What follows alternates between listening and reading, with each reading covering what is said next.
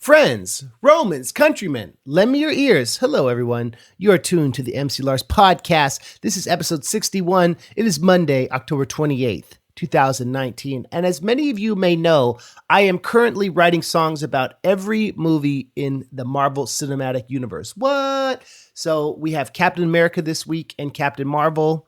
Next month, we're doing Iron Man. I'm going through all of them. And the only way you can hear these classic bangers is to sign up at patreon.com/MCLars. This episode is brought to you by the following Patreon Larsians. Shout out to the new ones, Ryan Egan, Jonathan Gold, and Christopher Wiley. And big shout outs to the OGs, Mike Russo, JP12, and Axton Collar. Thank you all very much for supporting me, keeping this going. So the great Luke Ski is someone I've always admired and enjoyed his work. And he's one of the first internet musicians that kind of gave me any love and support when I started out, when I was a high schooler even. I was on the Weird Al Usenet forum back in the Usenet days in the 90s doing my old school Lars Horror stuff. And I posted, hey, any advice for a Weird Al inspired artist? And Luke responded and helped me get on Dr. Demento, and was always there, sent me his CDs, was always super kind to me.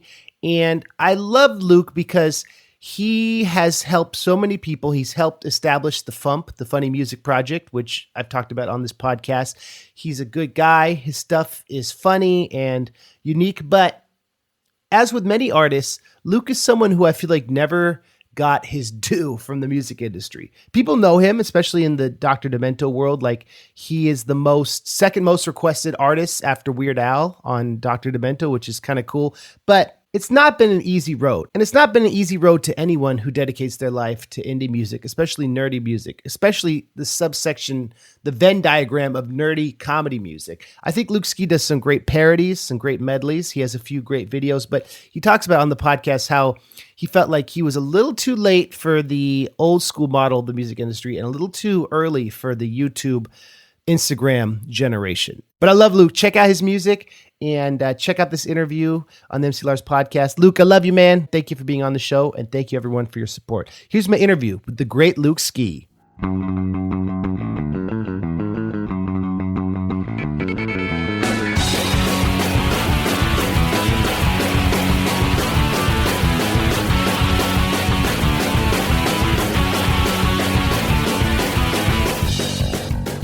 Ladies and gentlemen, I am here with the legendary comedian, cartoonist, singer, performer, artist, a man who I've been a fan of for years, from Madison, Wisconsin. I'd like to welcome not just Luke Ski, the great Luke Ski, to the MC Lars podcast. Luke, you live in LA now, right? I'm here with MC Lars from all over the place. Every time I contact you, you're living somewhere else. What is your deal, man? Well, thank you so much for having me here. I'm busy trying to, find work in the animation industry out here in Burbank, California. Like you said, I'm originally from Wisconsin, spent most of my life out in the Midwest, but back in 2015, I came out here. So now I'm out here, worked in the animation industry on a show for 3 years, which I'm sure we'll get into, and then that show ended, and now I'm just trying to get by, Lyft driving, doing freelance work, trying to find a full-time gig, and occasionally, making a funny song or two, sometimes in the hip-hop vein. So, it's like a nerdy-ish kind of hip-hop. You might have heard of it. Do you have any idea what I'm talking about? And you've been doing this for a while, haven't you? Well, let me put it to you. I thought of a new wise aphorism that could possibly be spread or put on a t-shirt and sold. It's up to you or up to me because I thought of it. Creators gotta create. So like, even if for whatever reason, let's say I'm out here struggling, I'm trying to get the bills paid, and somehow somebody came along and said, hey, some friend said, oh, there's this job that you could do. It's like a cubicle office job, has nothing to do with creativity, but you could do it, work 40 hours a week and get your rent and bills paid. I would jump on that immediately as a responsible adult, but I would never, in my spare time at home, I would never stop creating stuff. And whether that meant, it got me, glory and fame and riches and all that stuff like wouldn't matter. I would still be creating. I mean, I've been creating my whole life. So it's like, while I do, in the past and, currently from time to time have ambitions to try to put stuff out there that I want to be successful, that I want the world to hear, or at least a specific bubble of the world to hear, and see like, hey, let's see if this takes off and goes viral or whatever. Sometimes I make things and I'm hoping that happens, but I know that, it pretty much hasn't happened to me yet. And I'm just doing my best to not let that keep me down and just keep making stuff. Because, as I said on one of my albums, or actually I had Whimsical Will say it on one of my albums a long time ago, Luke Ski is his own target audience. So I am making songs that I think should exist because I want them to exist, and nobody else got around to making them yet.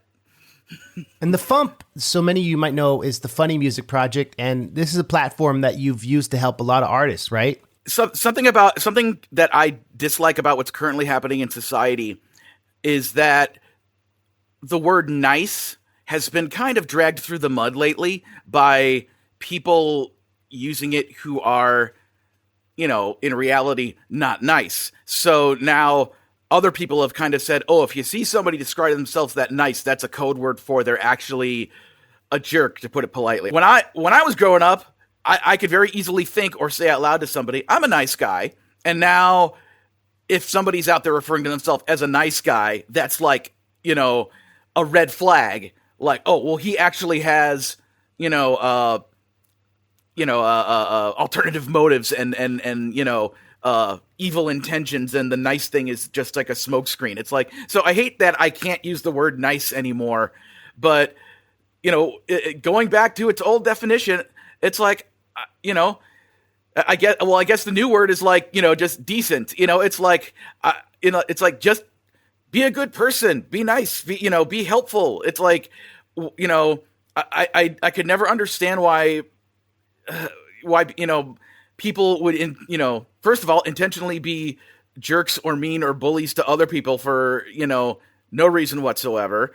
And secondly, it was just, I don't know, it was just the way I was raised. I had an older sister, two younger brothers, a very, supportive mom and dad. And I was just raised like, hey, be cool to people, do stuff with them, play with them, share with them, have fun with them, create with them. And, that's, I spent my life trying to find like either, a partner or a group of friends to, create kind of a very specific type of, creative, what's the word for it? I know there's a fancy, I went to art college. I should know what this word is off the top of my head. But anyway, but just like, once the internet became a thing, because I'm very old, once the internet became a thing, and due to circumstances and the Dr. Demento show, I was able to meet people like Devo Spice, Shoebox of Worm Quartet, Insane Ian, Tom Smith, the Gothsicles, MC Lars, and lots of other people. It's like I was finally able to connect across the country with all these people who had the same kind of mission statement as, hey, we really like this subgenre of doing comedy songs, whether they are song parodies or whether they are original songs. I mean, of course, we love making videos, but that to us is like the second step. The first step is creating the audio, creating the song, and making it funny and making it sound, high quality, and it's like trying to make it clever, funny, and cool. And so we all kind of got to know each other via the internet, via fandom of the Dr. Demento show, and then a bunch of us. It wasn't initially my idea, but I was part of the initial group that started the Funny Music Project, which is a group of us from the Dr. Demento show who decided to follow Jonathan Colton's model of him doing that thing a week thing. And we even went to him and said, hey, do you care if we straight up jack your business model? And he's like, no, please straight up jack it. That's why I did it. I want everyone else to do it. So we started the Funny Music Project, or for short, the FuMP.com, where this enclave. I think that's the word I was looking for before. This enclave of, what started as a handful of funny music artists, which has now grown to, and I counted the other day, 157 different acts, all posting new comedy songs to our website every Tuesday and Friday. Occasionally we sneak an extra one in on a Sunday. Every week since January of 2007. So we have over 1,300 songs in our library that everyone can listen to for free. The 8 most recent songs are downloadable for free MP3s, and then after, a new one gets posted and the 8th one gets knocked into our archive, you can still listen to it for free, but if you want to own it, you have to buy it for like 99 cents. And we put all those same... We every 2 months, we collect them into an album, which we release on a CD for our subscribers, for those who choose to be paid subscribers. And then we take those albums and we put them on iTunes and everywhere else so that people can find them in all those great places. But, if you go to our website, once a week or so, then you're going to get them first before the rest of the world does. So anyway, so that you have just witnessed Luke plugging something where he didn't necessarily mean to, but it just flowed into it, because that's how naturally I promote stuff. So that's going to happen a whole lot during this podcast, everybody. So I put that plug in there to explain what the FuMP is, because the overall point is a whole bunch of us that were like-minded got together to create something that we could all have for each other and to share with the world, and to reach out there and try to find new artists who we haven't heard of from other bubbles of the internet that we haven't heard of. This one time, when I was still living in the Chicagoland area, and I was, drawing caricatures, just trying to get by, doing my thing. And I just saw like this ad for like Chicago Comedy Music Festival. I don't remember if that was the exact name, but it was something like that. And I looked at this and I'm like, what? And then I went to their website and I saw a list of like, 3 dozen names or so. And I only recognized 2 of them, people from like far out of town. One was Killy Dwyer, the other was Ron Paravoni. And I'm like, wait a minute. You mean there's enough other comedy musicians in the city of Chicago that they threw their own festival and I didn't even know about it or hear about it? And then I went to the thing and I saw what was there and I said hi to my friends, and I was just like, it just made me realize there are other bubbles of people out there making nerdy music, comedy music, nerdcore hip hop, chip tunes. There's like so many bubbles out there that me and my friends who have been, paying close attention to comedy music for 20, 25 years we don't know they exist. So it's like, we want to find them and see if they want to be part of the thing we are doing. So that's how we found groups like Flat 29 from England and this amazing duo from North Hollywood called the Library Bards, who do, I could just go on about how awesome the 2 of them are. Anyway, so it's like us kind of like, oh, you're an awesome person who we want to be part of our thing, and then we'll let them know, we'll let them know about us and bring them into our site.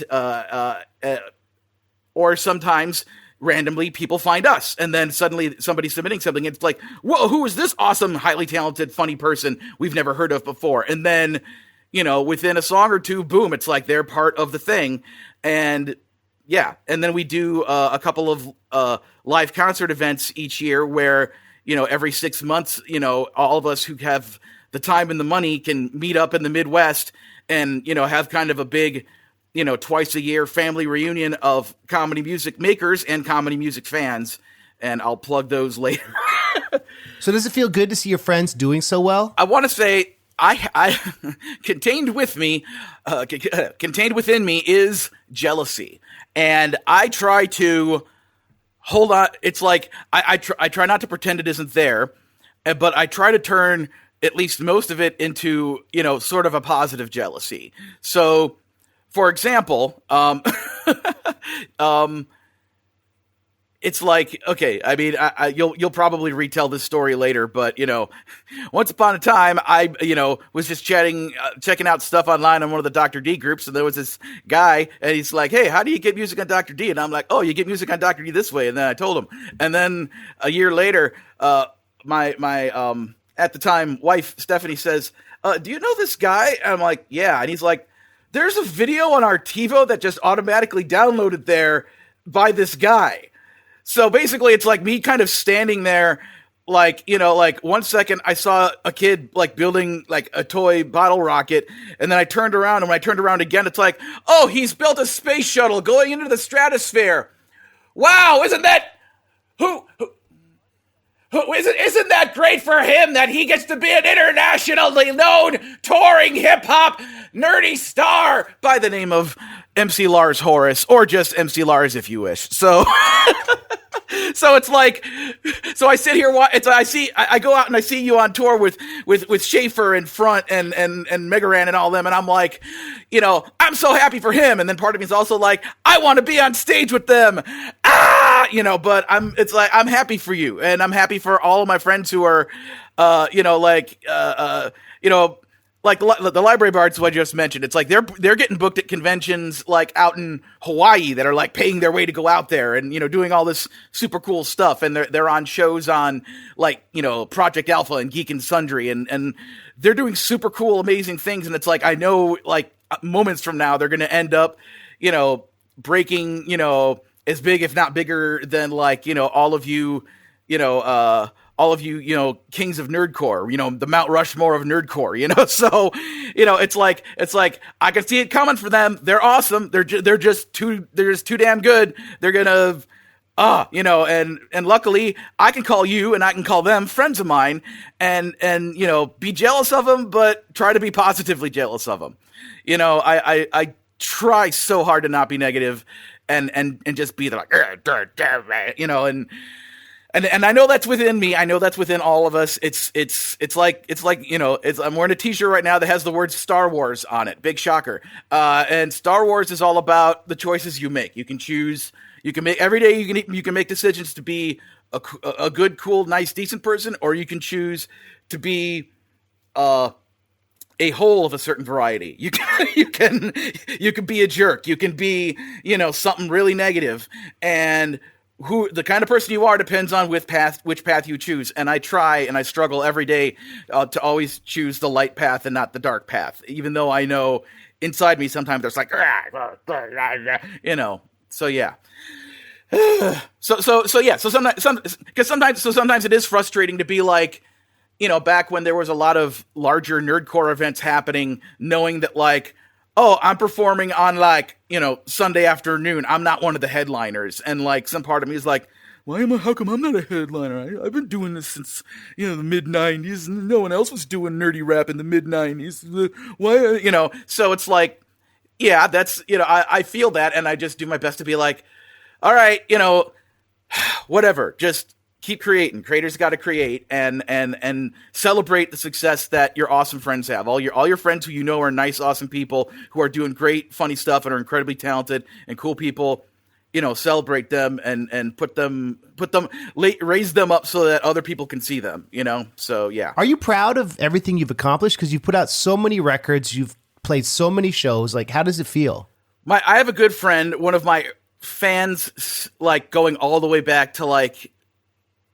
Actually, I want to say 1998, but I'm pretty sure it's earlier than that, possibly 97 or earlier, is a friend named Bill Putt from the Detroit area, Blasted Bill Putt. So shout out to him, shout out to Demento Radio, shout out to the Pod of Destiny, and Moonbeam. Anyway, so Bill Putt once said this about me, that I was born with one foot in two different paradigms.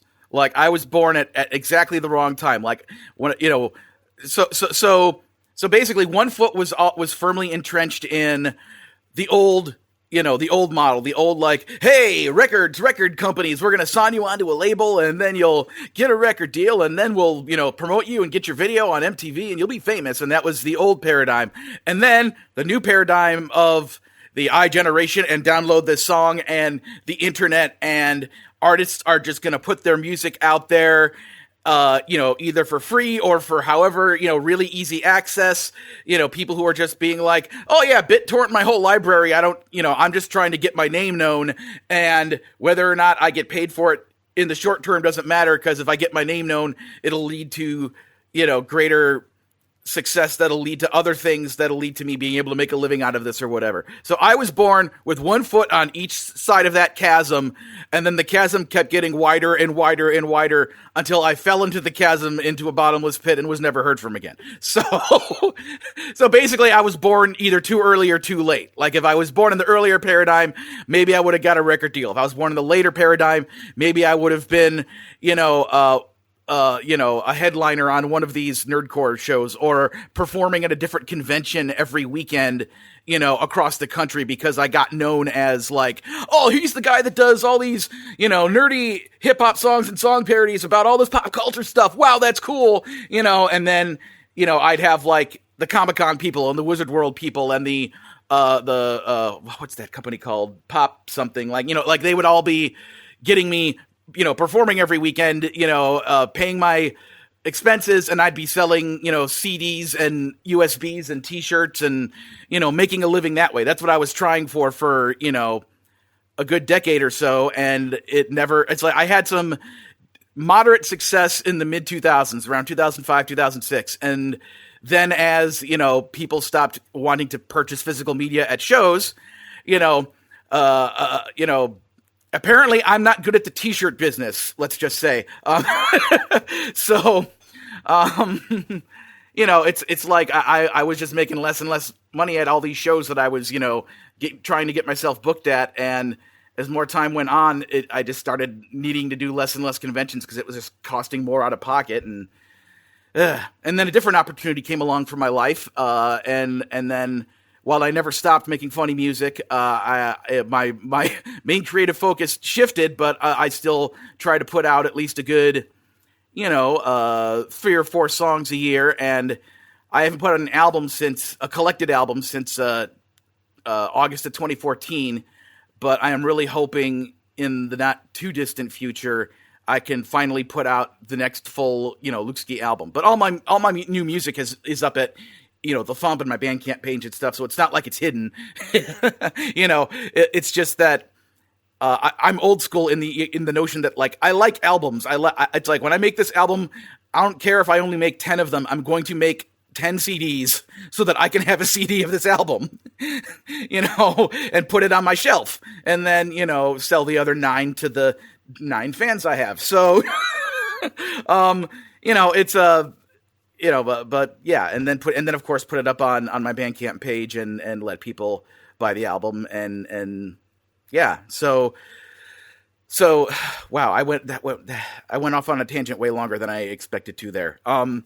But yeah, when we started the FuMP, we were hoping that maybe, because it was 2007 back then, like maybe we'll get discovered by some larger entity, some larger web presence, or some other media company that would like want to, bring us into their network and get us a larger platform, and, bring us all fame and fortune, and, help the whole group of us make it bigger. And that pretty much never happened. I mean, we have the incredible support of Dr. Demento and his show, and he has a fan base listening to his show every week of, at least in the thousands, I'd have to assume. And he plays our songs. He plugs, the FuMP.com. He plugs our individual websites, and he's super supportive. But outside of Dr. D, the FuMP never took off as a huge thing. But it did turn into this, this enclave of creative people who all have the same mission statement of making funny music. And for the most part, we all get along with each other really well, like a family. And like I said, we get together twice a year, and all year long, we're still making new songs and supporting and selling everybody's art and songs and videos and whatever else we make. So. Okay, so do you consider yourself more a comedian or a musician? I consider myself a comedian by nature, no matter what it is I'm doing. It's like, I'm, and I consider comedy an art. So comedy is an art, so I'm an artist, and I'm a comedian. And I'm also an artist in the sense that I draw and I create that type of art as well as, music and other things. But anyway, the point is that, comedian is kind of like, in my head, I'm kind of like, first and foremost, I'm a comedian or whatever. And I've been like a huge fanboy of comedy, my whole life ever, starting with like Jim Henson and Sesame Street, all the way through, George Carlin and all of his albums. It's like, I like the entire spectrum of comedy, whether it's, whether it has, whether it's G-rated or R-rated, or beyond. It's like, I want to experience it. I might not, like all of it, but, I tend to like a lot of things, and I consider everything like a learning experience. It's like, okay, here's how to be funny, that kids ages 6 to 11 can watch, and parents don't have to worry about it. And then here's how to be funny: doing a sketch comedy album with 3 of your friends, where you're allowed to be as filthy and and line crossingly R-rated as you wish. So, and I've had equal amounts of fun doing both. So, but back to the comedian thing. Bob Goldthwait once said in an interview that comedians are people who have this large hole carved out in their soul, like something just ripped something out of them. They just have a huge hole in their soul, and they spend their entire lives trying to fill that hole back up with the laughter of other people. And that's why comedians in particular, keep going back to the stand-up stages and keep going and endure the heckling and endure all the crap you have to endure to be a professional stand-up comic. And I think that applies to so many other people. It's like there's something in them. There's a hole that needs to be. Oh God, that sounds so. No, there's something in them that needs to be fulfilled that makes them need to go back and keep trying and keep making stuff. And even if it's just for themselves, they got to make stuff. And something I haven't done enough of lately in life that I finally realized is that I love drawing, and for a period of 3 years there, drawing was my literal day job. But the notion of just drawing for myself for fun is something I lost a long time ago, and because I just wasn't doing it anymore. And recently I have been trying to make time for myself, even in my schedule of trying to, stay afloat out here, to take some time out and do some artwork on my Cintiq and then post it on, my Tumblr and Twitter and Facebook, and just let people see, this is the art, Luke's, art of the day, and then put the date, and then this is what I drew today. And sometimes it's a comic, that's a joke. Sometimes it's just, something meant to, be a mirror of how I'm feeling that day without any specific explanation, but it's a way for me to express myself. So the thing that's in me, is just, I was just inspired at a super young age that I wanted to put myself out there and be creative. And, I saw the Muppets, and I saw like the Charlie Brown cartoons, and I saw the Walt Disney animated features. And I was like, I want to make stuff like that. I want to put myself out there. I want to do things. And since early grade school, I was like putting myself out there and letting everyone know I want to do stuff. Plus, and I only say this because it's part of the story. I was, I taught myself how to read when I was like 2. And by the time I got to kindergarten, like after half a year, they were like, okay, we have to bump him up to first grade. He's, he obviously doesn't need this level of education at this point in his life. And then even in first grade, I was still like straight A student kid. And I'm still out there being like, hey, I'm going to do a thing. I'm going to do a puppet show. I'm going to do this. I'm going to do that. So by the time it got to be about third grade or so, I think that's when the other people, saw me doing things and decided, hey, you know what? I think I'll punch that person a lot. Why they chose to punch me, I don't know. And it's like, I could try to blame myself and be like, well, maybe I was being too obnoxious. And it's like, I was in third grade. It's like, I should be allowed to be excited about myself and my cool little creative projects in third grade and be able to express that.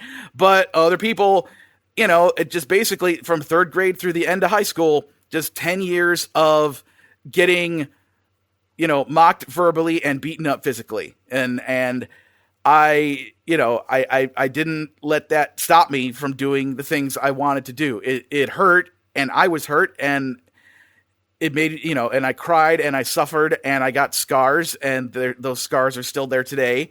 But I got through it, and then I got to college, where everyone said like, oh, college is the real deal. You're going to art college. You're going to make lots of friends in art college. And I made pretty much no friends in art college. The only friends I really made there were people I met at this improv club I was working at. And of those people, I still wasn't like cool enough to be one of the cool kids of the improv groups. And I made like one really good friend there who is still my friend today. In fact, he's living out here in the LA area, so I can hang out with him once in a while. But like there was kind of this whole, I was still a misfit on the Isle of Misfit Toys. I was still never quite fully fitting in. And then I was, out there trying to date. I had relationships, and I ended up, getting dumped the majority of the time. You know, I have a pretty good, I'd like to say like a 95% track record with staying good friends with, the women who I have dated. In particular, my two ex-wives and another friend of mine who, she and I broke up, but we still make comedy music together. And in fact, she got herself a husband and had herself a kiddo, and me and that kiddo, before I moved out here, I was babysitting him every week. And when I go back to the Midwest and visit, I always make time to go see them and hang out with them and have a fun time. So the whole point of me bringing that up is that, there were hurt feelings and scars from those relationships. And some of them are scars based on the fact that I knew I did wrong. I made mistakes. I was selfish or whatever. And, so it's kind of me scarring myself, saying, you messed up and you need to have this scar so you remember never to mess up again. So, it's just like, it's just the struggle you have your whole life, when you're a creative person and you're dealing with, what starts out as external forces telling you, either physically punch, or verbally it's like, you should stop it. You should be ashamed of yourself. You shouldn't be proud of yourself. You're lame. You're a loser. How dare you have the audacity to put the words "the great" in front of your name, you egotistical jerk.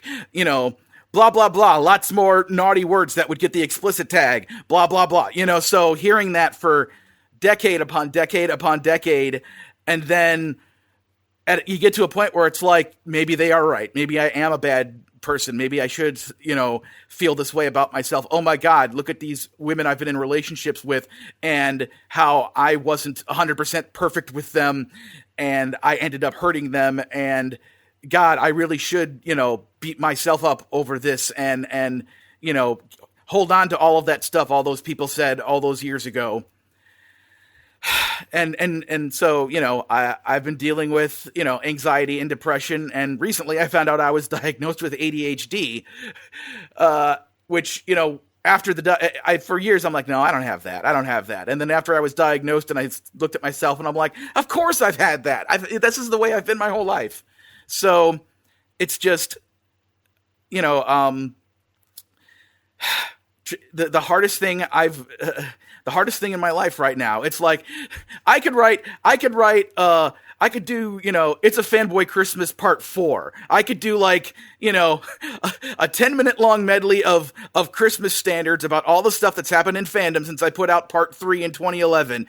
I could write that today in like a matter of hours if I just sat down and did it. That's easy. You know what's hard? Me learning to love myself and me learning to forgive myself for either things I actually did in the past or convincing myself that all those bad things people said about me aren't true and that I am a decent human being. That's hard. Comedy is easy, dying is hard. I don't know. That's the opposite of the way the saying goes. But anyway, that's just, the path my life has been on. And I had the great fortune to be given this amazing opportunity by a friend of mine to spend 3 years fulfilling a lifelong dream out here in the Los Angeles area. And then after that job came to its conclusion, I've been unemployed since then for the past like year and 3/4. So I've had to become a Lyft driver in order to get by and look for freelance work and continue to look for,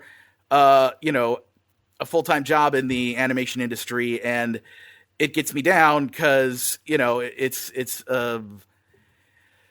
the fact that I've, submitted, 7 different storyboard artist tests in the past year and all of them have rejected me. And, I have had other successes. I've gotten freelance work that was really cool. So it's like these people saw my work and they're like, yes, we're hiring you for, this, 4-week project or whatever. So, it's like, it's not all bad, but, I'm currently probably the brokest I've been in my adult life.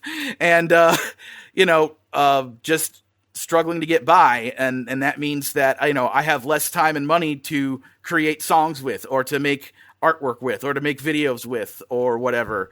So it stinks, but like I said, creators got to create. So even in this situation, I'm gonna figure out how to create something that I have the time and the money to do until I find another full-time job, get back up on my feet a little bit better financially, and put out some more new songs that would lead to me finishing up this album I've been wanting to get done for years. So not to mention other projects that I could go into, but I won't. So yeah, so like that's my hardest struggle is, there's the practical struggles of life of I need to find a job, I need to Lyft drive X amount of hours per week to make sure my rent and bills are paid. And then there's the inner struggles of I've spent my whole life hating myself because of things other people did and said, and because of things I'm internally, saying to myself. And, I'm trying to turn a corner and basically, as the great poet once said, we're not going to take it anymore. And, demolish that machinery inside my head that keeps, because I'm the one that's keeping it going. All those bullies and all those people who were jerks to me all those years ago, telling me to be ashamed of myself for, how dare I show up at this convention in the Midwest where all of these acoustic people are playing acoustic instruments, and there I am doing my Cypress Hill parody about Pinky and the Brain. I'm doing hip hop music in there, how dare I, feel bad for yourself. You need to change your act. You need to do something else. You need to not bring props and costumes and electronic music and, be up on a stage rocking a mic. You need to be sitting down in a chair, and being, meek and quiet like a mouse, and, do songs about literature and not about, Seinfeld, or whatever, So yeah, it's like all those people who said that stuff to me years ago, they're all gone. So who's making me feel bad about myself? It's me, and I need to stop it because, my persona amongst my friends is that, oh, he's the great Luke Ski. He has a big ego. He's always plugging his own stuff. And that's just a persona. The real me doesn't think that very highly of me. And, but I'm trying to put a stop to that, and I'm trying to make a change so that I can feel like, hey, I deserve to be out here. I deserve to make funny stuff and say like, yeah, I'm really good at what I do. I am awesome. I've had... Okay, now I'm bragging. Now I am bragging for the purpose of making a point. I have had 5 number 1 songs of the year on the Dr. Demento show. There's only one other guy who's ever done, who has had more number 1s than that, and he plays the accordion. You might know him, Lars. I've won 3 Logan Awards. I've done,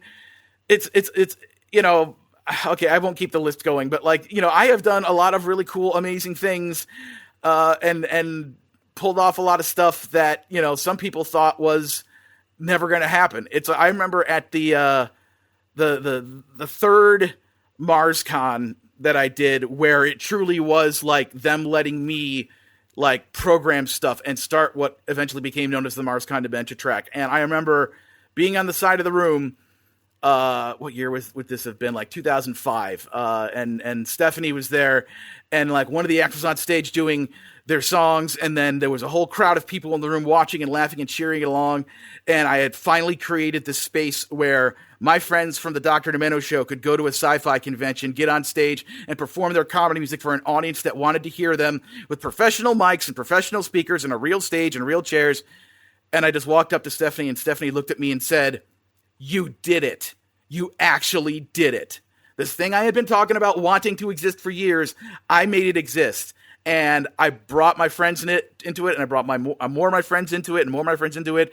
And this past MarsCon, it was the 16th year of us doing MarsCon. So the MarsCon Demento track. So it's I'm seeing therapists. I am taking medications. I'm doing my best to, trust in my circle of friends, and of course my family, who's the most supportive family in the world. and, believe them when they tell me that, I'm a decent person and that I'm worthy of loving myself and respecting myself and being proud of and celebrating the positive things I've achieved. And that if anyone else, is out there still belly aching or pointing at me as being as someone like, hey, you shouldn't be that way. As my late father would say, and I'm going to change the way he says it, F them. Those people who are, as long as I'm being a decent human being, and as long, if I make a mistake and I hurt someone's feelings and I apologize sincerely, it's like, I'm going to make mistakes. I'm not perfect, but, when I do, I'll apologize. But beyond that, if somebody else is just mad at my very existence for me doing what I want to do, F them.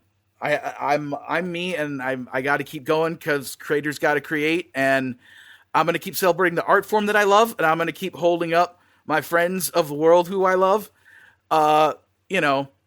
Like the time when I convinced Dr. Demento to do a couple of episodes, well, mainly just one, but he turned it into two. Do a couple of your show's episodes where the special topic of the week is comedy hip hop, and he did it, and he waited for the second episode. He did, he spaced them apart by a few weeks because that's the way he does things when he does topics like that. In the second part, he specifically included a whole set of acts by Nerdcore acts that were suggested by me, including Mr. MC Lars and many of his friends. So it's like, I'm out there saying like, hey, Dr. D, here's some really cool people you really should be playing the music of. Check them out. And Dr. D, really dug it. So I know every subgenre kind of has these rivalries. Are there any rivalries within the FuMP? I like to think for the most part, we're all loving, kind people because it's like, so many of them have similar stories to the one I just said of just like, either they're comedians looking for a place to express themselves without being, heckled or crapped upon or whatever, because, most comedy clubs don't want to book music acts unless you're just like a comedian who plays guitar, and most music clubs don't want to book comedy acts because comedy-based music acts because they're like, oh, well, that's not going to sell tickets as much as, any random, band out there. So, us in the comedy music community are kind of, it's like, yeah, we're all facing the same problem.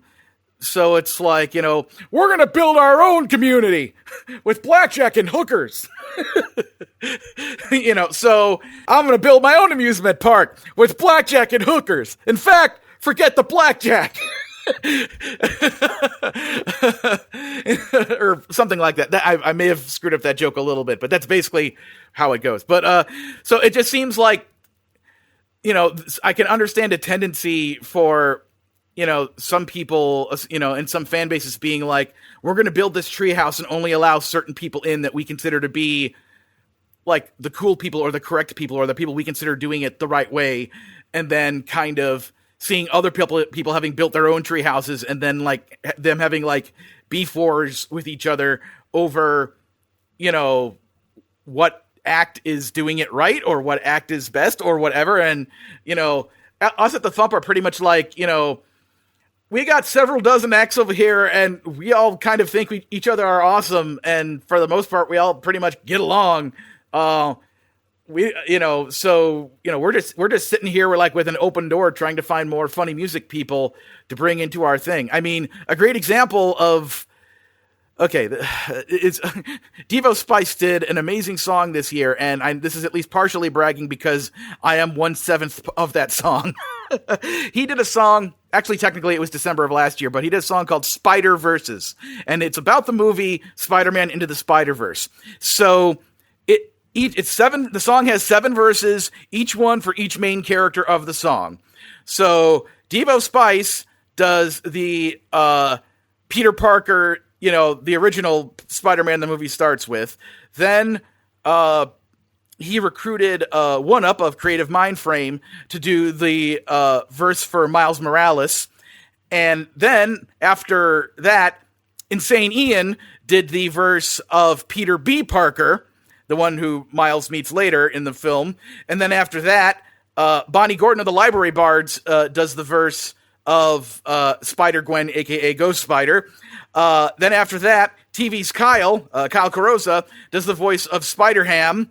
Then Lex, the Lexicon artist, does the voice of, raps the part of Penny Parker. And then last verse is me as Spider Noir. So I got to rap as Nicolas Cage. So it's like, each of us does, I think it's 16 lines about the song, and each one of us wrote our own verse except for Bonnie Gordon, who was Spider-Gwen, because her schedule is just insane. So Devo wrote her verse for her only because she didn't have the time, and then I helped her record it at my place, and Devo put it all together. And this this song came out so amazing, and it's a collaborative effort between 7 different people who were all like, yeah, let's get together and create something awesome. Like, and you know what it reminds me of? It reminds me of the tweet style you did with Dual Core, where all you guys did the Twitter song, with you in front and Schaefer and Dual Core, and I can't even remember all the people involved with that one, but it was amazing. It's one of my favorite nerdcore tracks, is because it's like you all just kind of threw this together on the fly, and it was great. So yeah, so it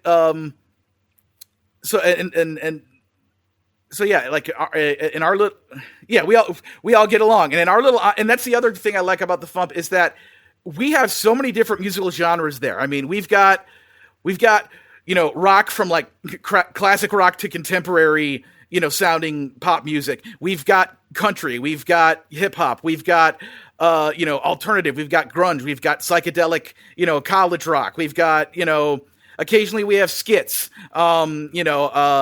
even though we're the Funny Music Project, we occasionally throw a skit in there, a sketch in there, if somebody feels strongly about it or whatever. So, but it's just like, it's like, we don't care what genre you do, as long as the, point of the song, or as long as the part of the mission statement of your song is, I am trying to be comedic, I am trying to be funny with this song. We don't care what genre you do, as long as you're doing it well and you're funny and your recordings are of a good quality, like from an audio point of view, then yeah, it's like, because we just, we're not to sound elitist or anything, but we just don't want to post stuff on our main page that sounds like somebody recorded it inside of a running, dryer, just kind of like, it's like, okay, the tech is so, the software and hardware is so cheap now. It's so easy to get a good mic and get good recordings and get good music happening, so most people are submitting stuff that, these days,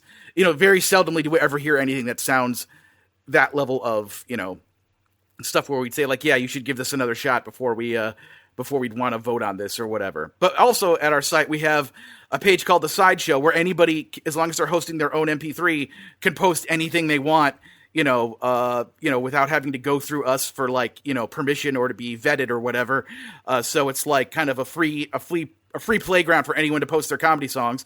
And then we also have our submit feature. So somebody who is new to us and has a song that they really think is high quality enough to get on the main page along with the rest of the artists, they'll submit it to us, and the 10 people in the core group of the FuMP will listen to it, and we'll kind of, vote on it via using a grading system. And if the average of the votes, is above a certain level, we'll say, all right, cool, you've made it. We'll schedule a slot for you and put you on the page. And, like I said, we're trying to find new people. We don't care where they came from or what genre they're doing or, what their background is, as long as they're trying to be funny and it's good and funny and the sound quality's there, then yeah, it's like everyone's welcome in our treehouse. So yeah. What did you think of Joker? Have you seen it? I really liked it. This is the thing about me and all entertainment of any kind. I tend to not go see stuff that I don't think I'm going to like. And when I see a thing, I tend to like everything I watch. I have very rarely made an effort to see a thing and then went, I really didn't like that. Like the only example of that, and it didn't even, strike me right away that I didn't like it so much, is the Pixar movie The Good Dinosaur. That's the only thing from like the past decade I can think of that stands out as like, wow, I was really psyched to see this thing and I saw it, and in retrospect, it really wasn't too good. It's the only Pixar movie I don't own on Blu-ray. So yeah. So yeah. And so it's like, generally speaking, yes, I liked Joker. I tried to basically view it through the lens of this is somebody trying to tell a story and leave like, the external, other people's external opinions out of it, because that's what I do when I see anything, for any, if, when Frozen 2 comes out, I don't care what other people's opinions are. I'm going to see it and judge it on my own merits. Ditto Star Wars Episode 9, ditto, yeah, it's kind of like, it's like we live in a world where like, I'm acting like this is a recent thing, but you can go as far back as 99 as like Columbine. It's like, there's all these, unfortunately we live in a world where there's lots of these people who feel justified going out and doing mass shootings and causing, injuries and death, from it's at a country show in Vegas and grade schools in the New England states. It's like there's all these people and there's just this notion of somebody's out there just waiting for that message, just waiting for that, like Charlie Manson listening to the Beatles. Oh, I should kill a bunch of people. Okay. So the perception was that this movie about, the Joker, who is, a villain, when it comes right down to it, if you're going to, in the grand scheme of pop culture, hero or villain, Joker is, not only is he a villain, he's like pretty much the villain. It's like, who else are you going to put next to him? Darth Vader. It's like, what's the greatest villain of all time in pop culture? It's, yeah, pretty much. So yeah, villain. So this is a movie about a villain where we're seeing his story of how he became that villain, or at least one person's take on it. And and the perception going around seemed to be like, this is a movie that's going to make the Joker out to be a sympathetic character and give justification to all of these people in the world who feel that going out and doing incredibly negative things, from either just being a regular old jerk to literally, buying an AK and killing lots of people in a public place. This is going to be their justification. This is going to be their, their thing, like, yeah, Joker, and then go out and do stuff, that's really horrible. That was what everyone's, or a large section of the population was saying that's what this movie is about and we shouldn't support it. And I went and saw it and I'm like, oh, this movie isn't saying that at all, so, and again, I don't want to say what that movie was saying because I don't want to give away spoilers, but that was not the point of what this film was, at least to me. Do you agree with me, or am I way off base here? I think the Joker is a really sympathetic character in that the movie is really about mental illness, and I really like the 1970s vibe. Especially, okay, there's one part of that movie that is specifically meant to visually look like a reference to something that was a huge part of American pop culture for at least 30 years. Robert De Niro is basically Johnny Carson. It's like, yeah, it's the Tonight Show with Johnny Carson, and, which was back in that day, back in when the comedy boom was happening, that was the ultimate. That was like, if you got on Johnny Carson and you did well, you had a career. Like, Drew Carey did one Johnny Carson, and the next thing you know, he had this huge career, and so many other comedians I could name. So basically, choosing to put the movie in that era and then having this Carson show set up, and then having, our character, who ends up, calling himself the Joker, he looks up to this guy so much, and then the guy ends up, mocking him after seeing his set, that was recorded at a stand-up club, and then, some agent decides to bring him on the show, obviously to make fun of him, but he goes on the show knowing he's going to be made fun of, and that's where he really kind of, makes the decision to become Joker, and all that stuff, and to do it, in like the most public of ways, on the most public of shows where comedians are meant to be in the spotlight. And it's,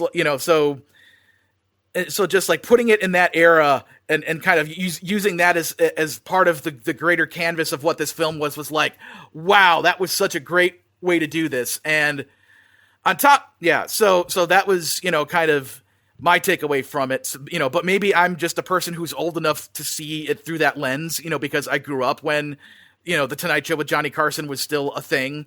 And, yes, there was Jay Leno too, but Jay Leno did not have the cred that Johnny Carson had as far as like making a career goes, so yeah. How do you think it fits into the DC canon? It's like you can really view this particular specific movie as, in the actual comics world, there are these, there are one-shot graphic novels where they go off on their own what if thing, and it's like, here's this artist or this writer's interpretation of this character, and it only lasts for one book, and then that's it, and it sits on a shelf. So it's like, how many different people have played the Joker? How many different versions of the Joker have there been? And like, this is this actor and this director and this writer's version of telling a Joker story, and it's not meant to be some big grand statement writ as large as like, everyone should be like this guy. It's like, no, we're just trying to tell a story here, and we hope you enjoy the story. We hope you take away a message. We hope it gets into your brain and you think about it, but we're not trying to send some kind of nefarious message with it that justifies doing negative things. We're telling a story, and it's very easy for me to say that as a straight white cis male person who was raised Christian and raised middle class, because I have a dump truck full of privilege, and I'm doing my best to deal with that and be sensitive to all of the people in the world who aren't like me, and watch myself and make sure I don't do things that make me I don't want to make a mistake and hurt someone's feelings. Like that thing I said earlier about screwing up and apologizing. It's like, I don't want to screw up, so I'm trying to be vigilant about that. And, so it's yeah. Again, I'm losing my thread here, but I guess just what I'm trying to say is that, it's like, we're trying. I think so many of us, and I think probably every one of your listeners is out there trying to make this world a better place for literally everybody else in it. And we're all, we all have our struggles, and we're all trying to get by, and we all just gotta stick together and watch out for each other and care and be sensitive to what's, the things that are happening to people that are in some way not the same way you are, and again, be supportive and hold people up. So do you think that the Joker being a cis white dude kind of makes it so he has privilege, and then that means we can't really sympathize with him? Kind of, yeah. And I know that it's like the Joker throughout the entire existence of the Joker for the past 75 years? Is it 80 years? I forgot how old Batman is. I think 80. It's like, ever since the Joker's been around, his face, because he's a clown, his face is literally white. The color white. Not peach colored. His face is white. So it's almost like, how more symbolic can you get by having this white-faced person out there becoming, someone who makes this version of Gotham City, which is basically New York City in this version of it, go the way it goes by the end of the film, and I can understand why people would think like, this is a really bad time for this type of film and they shouldn't be telling this type of story. And I understand that, but I still went to see it because I wanted to see what this story was going to be and judge it on from my own point of view. If I had thought that they had crossed a line and, in some way I'd be honest and say that, but I thought that the way this story went, was, it was people telling a story, so. All right. Tell us about Mighty Magiswords. So as I said before, I'm an artist. I went to the Kansas City Art Institute. I got a BFA in illustration. Plus I've been a comedy nerd and a cartoon nerd my whole life. I started making comedy music, blah, blah, blah, in the FuMP. So I've always, like when I went to college, there was a comic strip I used to do back in the day, based on me and my friends, and I wanted to turn that into like an animated series, because this was back during the age of, like, The Simpsons had been on the air for a few years, and then Ren and Stimpy had started, and then Beavis and Butthead had started, and, eventually a few years later, South Park started, so like this whole notion of King of the Hill, I should throw that into. Like, creator-based comedy animation for television was becoming a thing, and networks were figuring that out. And I'm like, I want to take this thing I've created and get my own show, so I need to go to a college that's going to teach me animation so I can start making my own animated film, demo, or pilot or whatever of this show I want to make, so I can go around to, so I can eventually take it out to Hollywood or to studios or whatever, and see if I can start, either try to get this show started or at least try to get in the industry and start working as an animator, and then try to get to that point eventually. My college, to make a very long, bitter story short, that's part of the dark side of me, is thinking about this.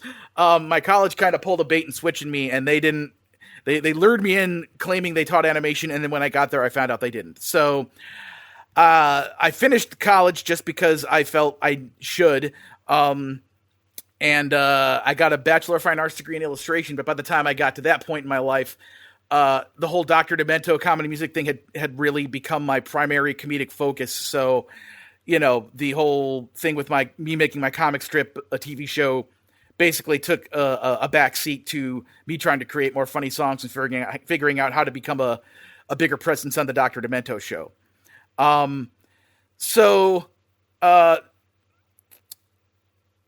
Sorry for this pause. I'm just, so the point is, I started making funny music. The FuMP got formed, started making a lot of friends. We started pulling in people through this thing called the Sideshow. And one of those people was a man named Kyle Carosa, who performs under the name of TV's Kyle, with his comedy music. And his comedy music, is very, he doesn't do song parodies. He does original songs, and they're just kind of, sometimes they're a bit more deliberately funny. Sometimes they're just kind of odd, like a They Might Be Giants kind of song.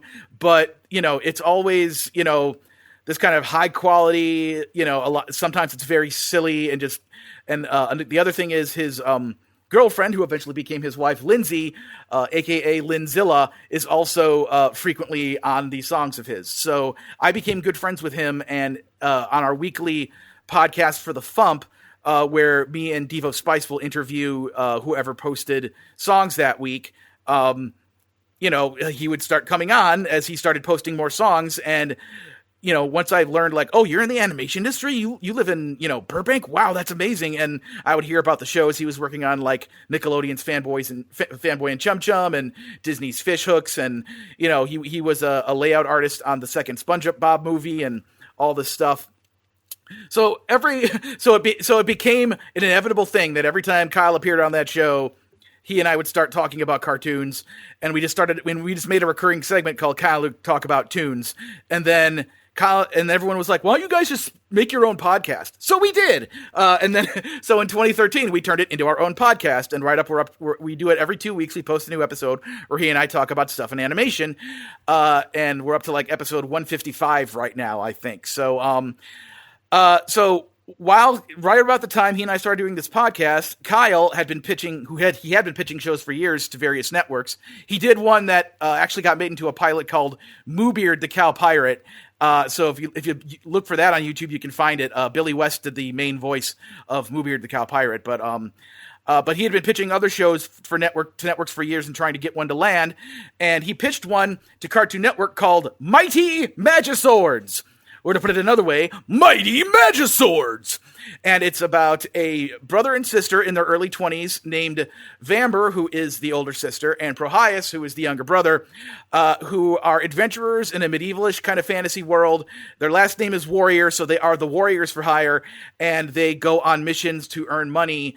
And the Magiswords are these magic swords, but they aren't swords in the sense of like slash stab. They're more like giant magic wands that are shaped really funny, and each one has a different magical property. Like there's one shaped like a dolphin, and if you swing it and point it at somebody, its mouth opens and a huge barrage of water shoots out, and like a tidal wave like hits them. And there's another one with a tomato on the end of it, and if Vamber swings it and points it at someone, it shoots a giant tomato at their head and like covers their head. And they're in this universe, there's like 200 different Magiswords. So kind of in-universe, it's kind of like Pokemon. Vamber and Prohias want to collect all the Magiswords, so they either go on quests to find them in hidden secret treasure places, or they go to what their universe's version is of the mall to the one store where this creepy guy sells Magiswords, and they just buy them with the money they earn doing all their work. And they have a regular set of friends and clients and adversaries. Nobody on the show is really kind of a straight up villain, except for maybe, one character, but it's, but pretty much it's just kind of, just like them on these crazy, silly adventures trying to find all these swords. And the show started at Cartoon Network, him working on it, developing it with them in 2013 whoops, I just bumped the microphone. As a series of very short web shorts that were like literally 15 seconds long that would appear on the Cartoon Network Anything app. Also, they were making shorts for to put on just the web that were these like 3-minute long, quick little stories that, just kind of let us get to know the characters in the universe a little bit better than a 15-second thing would do. So they made 30 of the 15-second shorts, and they made 10 of the 3-minute shorts. And when I went out to visit Kyle out here in California for his wedding when I was still living in the Midwest, he showed all of us the 10 3-minute shorts. And I'm like, this show is amazing and hilarious, and I absolutely love it. And I was just like, so, fascinated by it and fixated on it. And I ended up basically coming to him and, as things kept progressing, and I eventually, went to ask him, would it be possible for me to in any way audition to be part of this show by either being a writer or an artist or just anything? 'Cause, I really think I could, help you make this thing. And he basically said at the exact same time, I was going to ask you to try to submit something so that I could, see if we could get you on this show. So it was like we both, and we were both on the same page. So he gave me this assignment of, doing basically the beginning of a scene, the beginning of an adventure, just a short scene where somebody shows up at the warrior's door wanting to hire them to do something. And I misinterpreted the instructions to some degree, and I ended up hand drawing a 200 panel storyboard of a story that contained like virtually every character in the series showing up at least once, and also the climactic scene had a song in it. So it took me about 3 to 4 weeks to draw all that up and write it up on like classic Hanna-Barbera 3-panel sheet paper, and then I scanned it as a big PDF, all the sheets, to send a big PDF to Kyle. And then I said to myself, now that I've scanned this and I have all this recording equipment for making all these funny songs, and I can do voices, I could just record myself doing all the voices and edit together a really quick video animatic of my storyboard, including the song part, with me just kind of humming the background music, but then doing the voices over it. And, also submit this MP4 video of this to Kyle along with the actual thing I've drawn.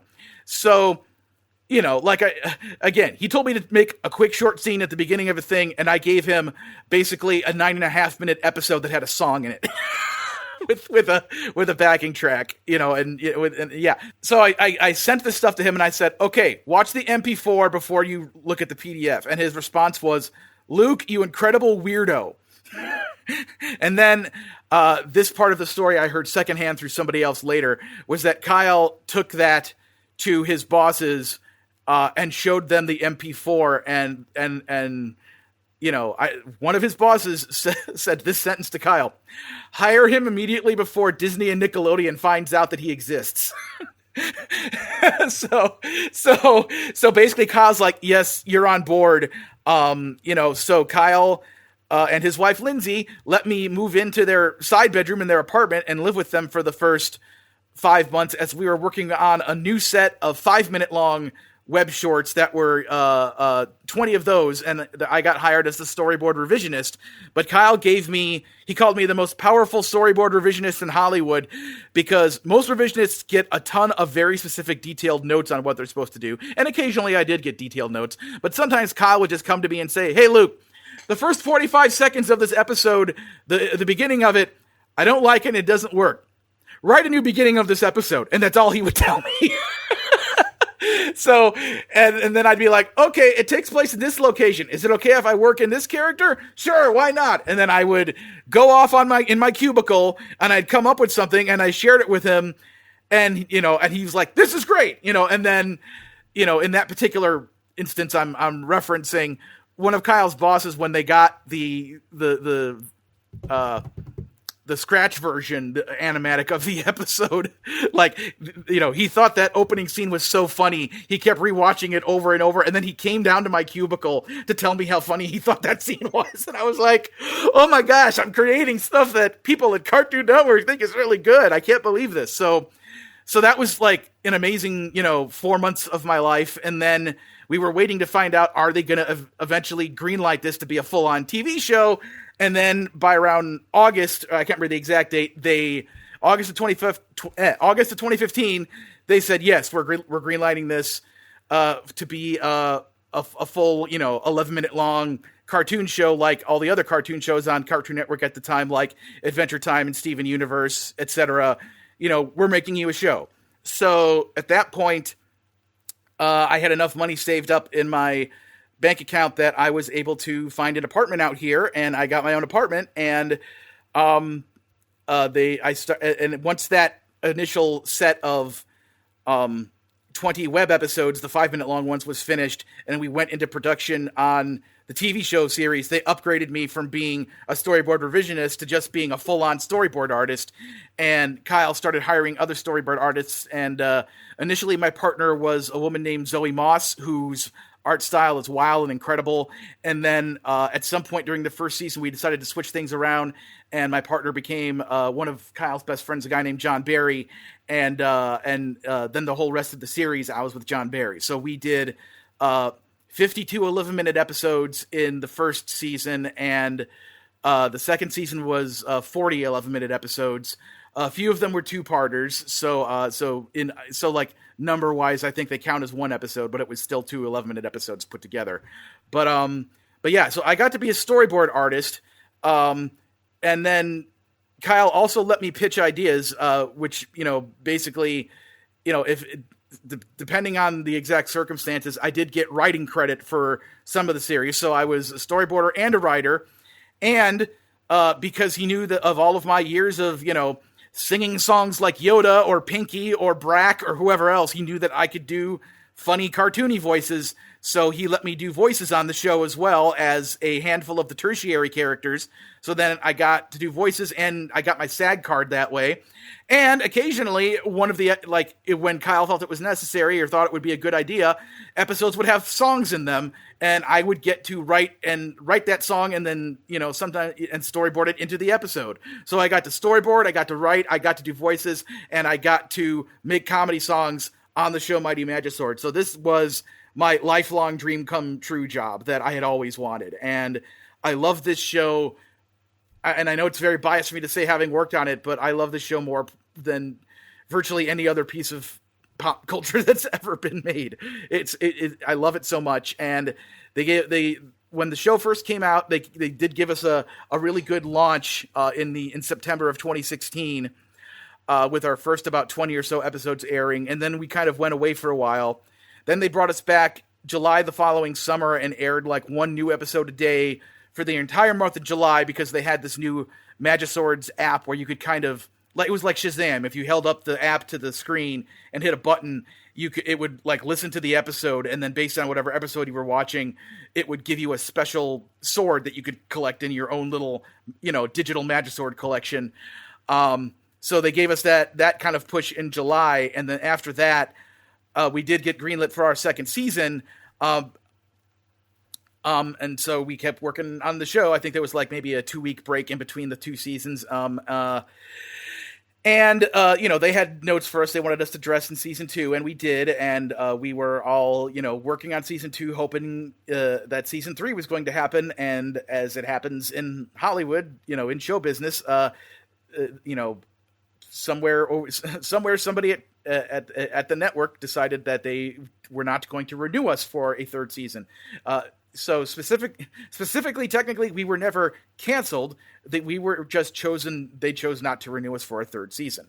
So, so basically, by about February of 2018, that was when my part of the chain of people, it's kind of like an assembly line. It's like the part of the assembly line that I had to do came to an end in early February of 2018, and that's how long I've been trying to find work. And eventually Cartoon Network did air all the rest of the episodes of season 1 and air season 2, but season 2, the last episodes of season 2 didn't air until sometime earlier this year, and there really wasn't any like commercials advertising this fact. So basically, I just kind of, like myself and Kyle and other people who helped make the show are out there on our social media trying to let people know, hey, new Magisword episodes, Cartoon Network this date, and then, the next day, or, sometimes they'd be available on the Cartoon Network website, sometimes unlocked, sometimes you had to have a cable subscription, but after they aired, they would always the next day end up on like iTunes or Amazon or whatever, so people could purchase them and watch them if they wanted.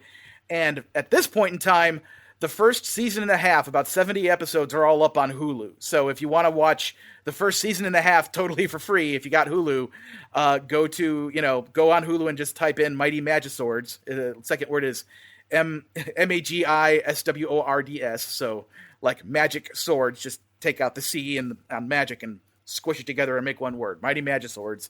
And you can find us and you can watch us. And at the beginning of the episode, if you see storyboarded by Luke Ski, that was one of the episodes I storyboarded. And if at the end of the episode you see, in the voice cast list, my name attached to a few characters, the biggest ones I did were named Scullivan, Docky, and Caddis. Let's see, and Nyando, that was another one that appeared a lot. Like that was, I got to do voices. That was me. And I also did a bunch of kind of, random monster number 3. I got to do stuff like that too.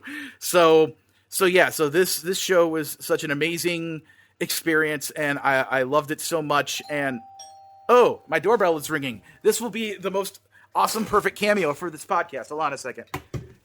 Oh my gosh. Somebody was just filming a special across the hall. Let's bring him over here, ladies and gentlemen. Oh, hey. It's Mr. TV's Kyle Carrozza, creator of Mighty Magiswords. Hi there. Okay. I'll take wait, the kitty. Wait, before you go though, let's do. How about a little cave weirdos? How about like? Oh, okay. So hi. Okay, so hi everyone, this is Scullivan. This is the MC Scullivan podcast. I'm interviewing Grupp. Now, Grupp, I understand you have a new project you've been working on. Could you tell us all about this this new album you're dropping in the near future? Yup, it's called Grupp Jams. It's got like a Z at the end. Oh, I get. And it, of course, shows off my rapping prowess, which all are aware of due to the sheer amount of rapping I did in the television program Mighty Magiswords. Yes, because you are Grupp and you like to do things. The kids have been dropping those lyrics everywhere. Will you have a special guest vocalist, Lady Hiss, on these fat tracks you're about to be dropping? Yes, because that's someone I know, and that's really all that's required to be on this album. Okay. Well, thank you for being on my podcast. I'm going to go pick up some of those beats that I dropped because they're making a mess of my nice clean couch. All right, I'm going to go stand by the water cooler and sigh very loudly because I'm just exasperated with everything. Yep, that surely is your character trait. I'll see ya. Okay, this has been the MC Scullivan podcast, and I'm trying to make this about me.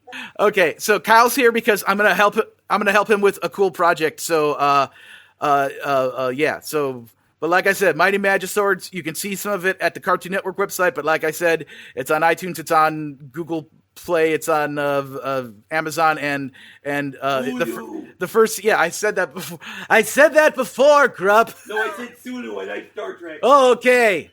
I prefer Chekhov myself. Because of the nuclear vessels. Anyway. So this is what it's like all the time. By the way, have I mentioned that I have since moved into a building so that Kyle lives 3 doors down from me? Anyway, so yes. So Yeah, Hulu. I said that before. The first season and a half is up. Check them all out. Mighty Mad Swords, yeah. And then as far as me, the Great Luke Ski goes, go to lukeski.bandcamp.com. And pretty much virtually all my social media is, the Great Luke Ski, all is one word, Lukeski. When you type it out completely, Luke Ski is 2 words, but for internet purposes, it needs to be 1 word. And if you feel like supporting me, I have a Patreon of my own. You could give me some monies, and that's always helpful. But generally speaking, I just want people to see and hear my stuff. So look at my videos on YouTube, listen to my songs at the FuMP and on Bandcamp and all that good stuff. And love and joyful smiles to everyone, and especially Mr. Andrew Nielsen, a.k.a. MC Lars Horace, a.k.a. MC Lars, one of the awesomest, nicest people I've met in my entire life. So there you go. Thanks for being on, man. What should we end with? All right, let me do the setup, and then you can play the song. In October of 2012, it was announced that Disney was buying Lucasfilm for $4 billion. So everyone, all the fandom people, their heads exploded and were like, wait, Disney's going to own Star Wars and Lucasfilm? What are the Star Wars movies going to be like that Disney's going to make? And that was October 30th, 2012. By about mid-November of 2012, I had whipped this piece together to show maybe this is what the Star Wars movies will be like once Disney controls them. And thus, I give you this piece. And the first line of the song is the title of the song. So there you go.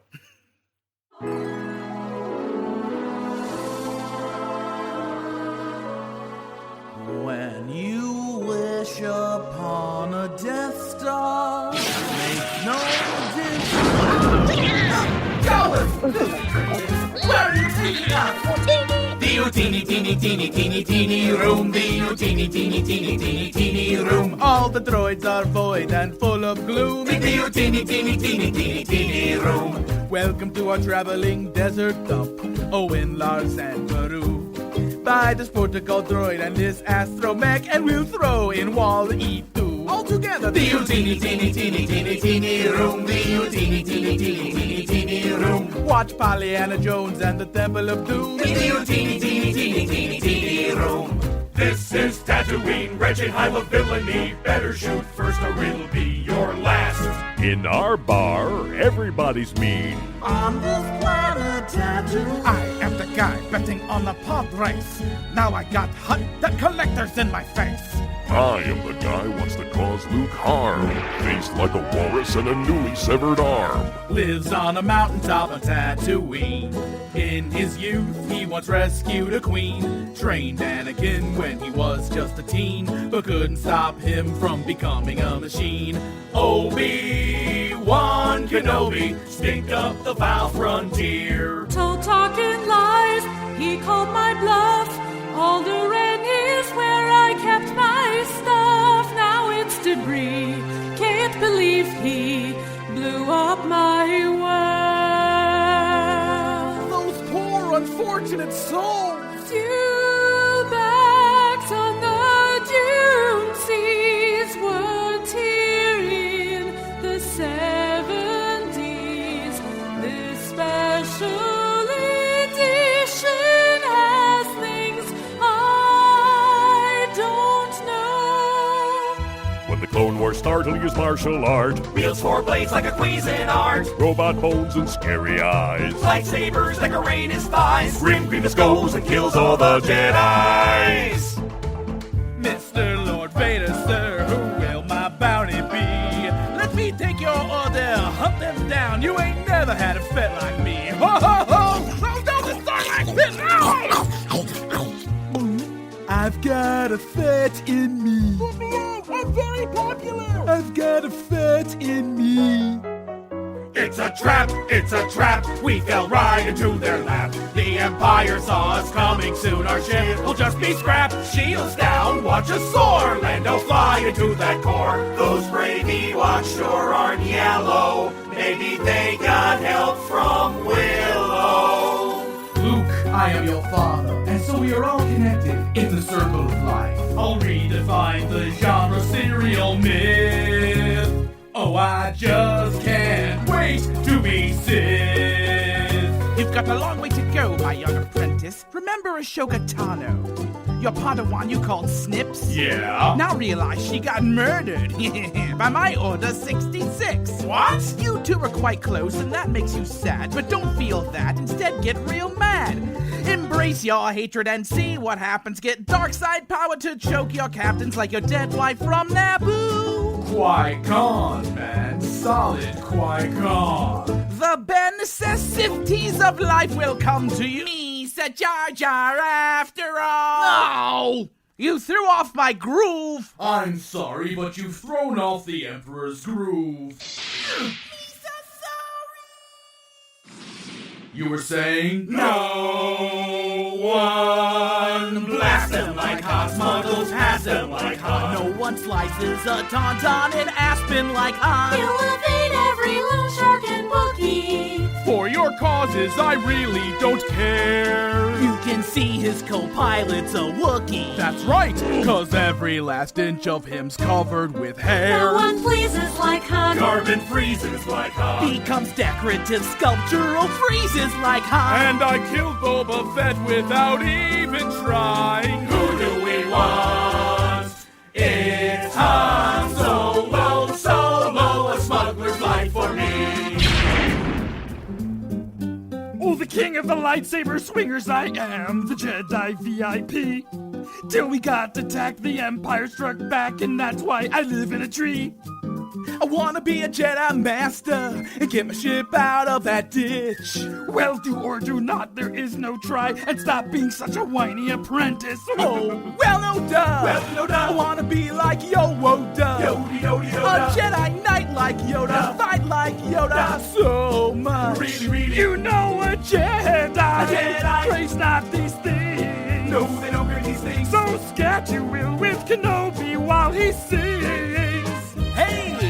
Dot New Gunray, Max Rebo to Boozalacious Crumb, Dengar Boba Fett, Boss Guy G88, and Forlum Daba Bib, Fortuna Goxib Oba, Honda Baba! Withila Sakura, Jantudana, Wizula Mama, Low Vodka to the Hot Guillotine Monday, Lando Jango, Rido Watto, Boss Nass, baby, Tarbos Padme Amidala, Kid Fisto and Red Rock, Size Noodles and Palpatine, and Wedge and Biggs and Phone and Bean, Dexter, Jetster, Shoka, Chewbacca, we all wanna be like Lou, I wanna spy like Lou, fly like Lou, too. I must warn you, the dark side is tempting. You can learn to be like someone like me. Take me home, Daddy! Can't learn to be like someone like you. One time more! Yeah, can learn to be like someone like me. Cad Bane, Zaka Sam, Wessel and Windu and Porkins and Yen Num and Droopy McCool and wait, who are you? I'm your father now!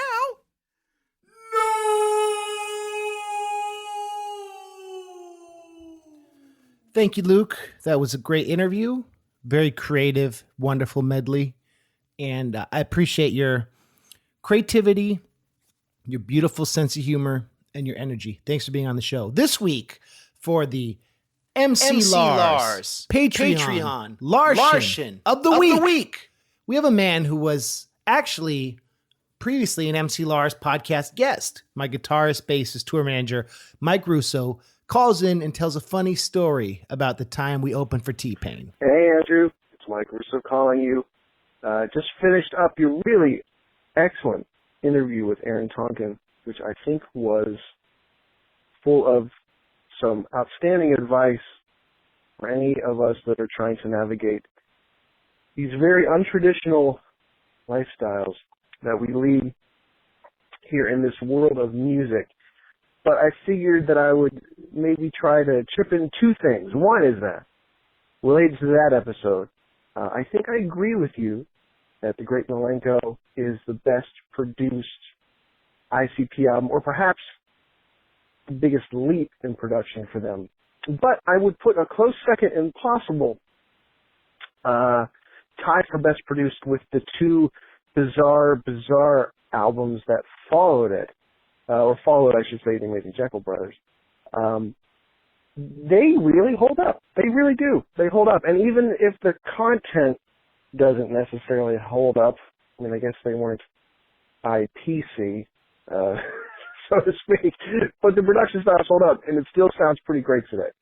Anyway, on to the next thing. I will say that one thing we never really talked about, but I think is kind of funny, is the whole story behind the intro track to Gigantic Buck Hills, Where You've Been, Lars. There's a kind of a passing reference to this show that we did with T-Pain, where he infamously told us to move our drums, which is maybe even funnier because of a story that precedes it. When I was booking college shows, we had a show with T-Pain and the band Jack's Mannequin, who's Andrew McMahon from Something Corporate, who is now Andrew McMahon in the Wilderness. And the school had looked at it as a co-headlining show, so equal billing for both, but they definitely wanted Jack's Mannequin to close. T-Pain's crew had a really difficult time with the idea that they were not closing the show, and they caused one of the great unnecessary problem-filled days. What I remember particularly was that they also started in on the Jack's Mannequin guys who were closing the show by telling them that they had to move their drums. Now, all that T-Pain had for his stage setup was a single just table with a tablecloth over it and some kind of probably CDR at that point. It was not a real mixer. That was very portable and could easily have been worked within the setup of Jack Mannequin, who was a full band, including a grand piano. So you had all of this. And they went back and forth, and they were arguing over literally trying to push their drums a foot. T-Pain was always a pain in the ass moving drums. We got the chance to go back to my alma mater, Indiana University of Pennsylvania, where T-Pain was headlining and we were opening. T-Pain could not have cared less that we were there, but his production manager, again, guy who has nothing but a table with a tablecloth and the equivalent of at the time what would have just been a laptop, was bugging John, you have to move your drums. Had nothing to do with stage setup. It just had to do with, we are headlining the show and we want you to know that you need to move your drums because we said so. And the tour manager on all situations was constantly saying, you know, we are dealing with a Grammy-winning artist here. He was constantly referring to T-Pain as a Grammy-winning artist, which is maybe, you know, being generous with history. And it makes me look forward to the day in the near future where you are hopefully not only a Grammy-nominated artist, but also a Grammy-winning artist. And I'm looking forward to telling all of the future bands that we would ever share stage with to please move your drums. Thank you, Mike. I appreciate that story and the context. And thank you for calling in. If you want to be on the MC Lars podcast and leave a special message, join the Patreon, patreon.com/MCLars. You get the super secret phone number. If you call in and we play your message, I'll send you a free t-shirt. Mike, I know you have a ton, but I'm going to send you a free t-shirt anyway. That's the rules. So next week we have Z from Hipster Please, talking a little bit about the history of nerdcore from the perspective of a journalist who was central to promoting it from its inception. So tune into that. Thanks again, Luke, for being on the show. I'll see you all next week. Happy Halloween, everyone. Bye.